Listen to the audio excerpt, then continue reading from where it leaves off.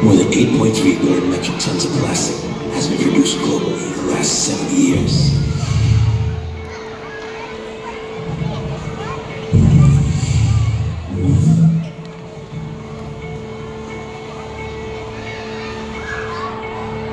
Nanatiling malaking problema sa Metro Manila ang mga basura sa mga sapa, ilog, pati na sa Manila Bay. Pero sa aming paglalayag papunta sa Isla Puloso na Botas, ito ang tumambad sa amin. Mga inalog na basura mula sa iba't ibang kalapit na lugar. Ayon sa pag-aaral ng Greenpeace, pinakamalaking pinagmumula ng polusyon sa mga ilog ang mga duming nanggagaling sa mga bahay. Sunod na riyan ang mga duming galing sa pagsasaka, pag-aalaga ng hayop at iba pang industriya.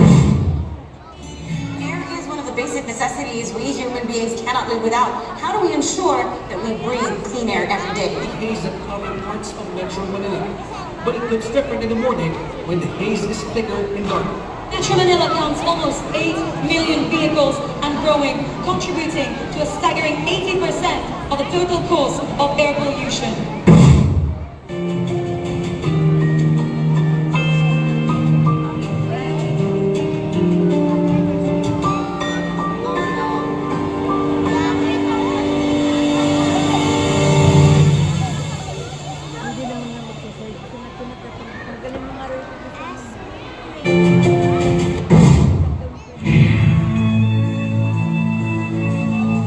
Ang Venom Rise ay nasa dagat Pasipiko na may mahigit 200 kilometro ang layo mula sa Aurora Province.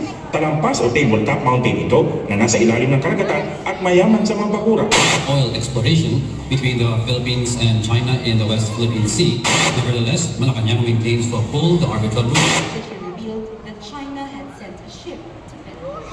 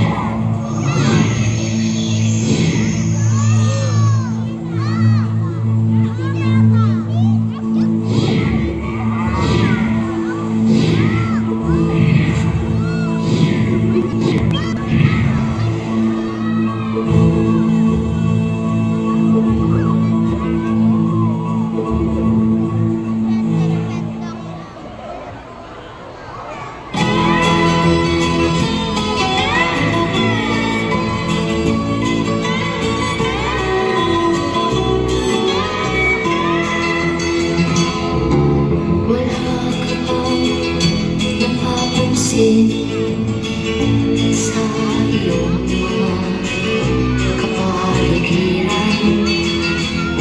Kahit tumina ng hangin, pati na ang mga ilog natin.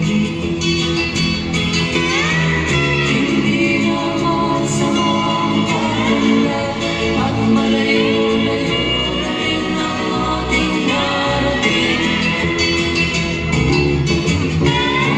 Masdan mo ang tubig sa dagat natin, kulay asul, ngayon'y naging itim. Ang mga duming ating kinalat sa hangin, sa langit, huwag na nating paabutin. Upang kung tayo'y pumanaman sa sariwang hangin, sa langit natin matitikman.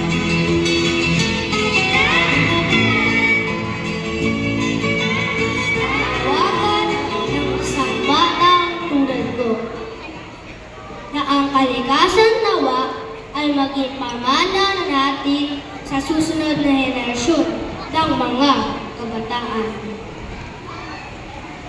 Malinis na hangin, malinis na tubig, at mga punong aakyatan, at mga ilog na lalangoyan.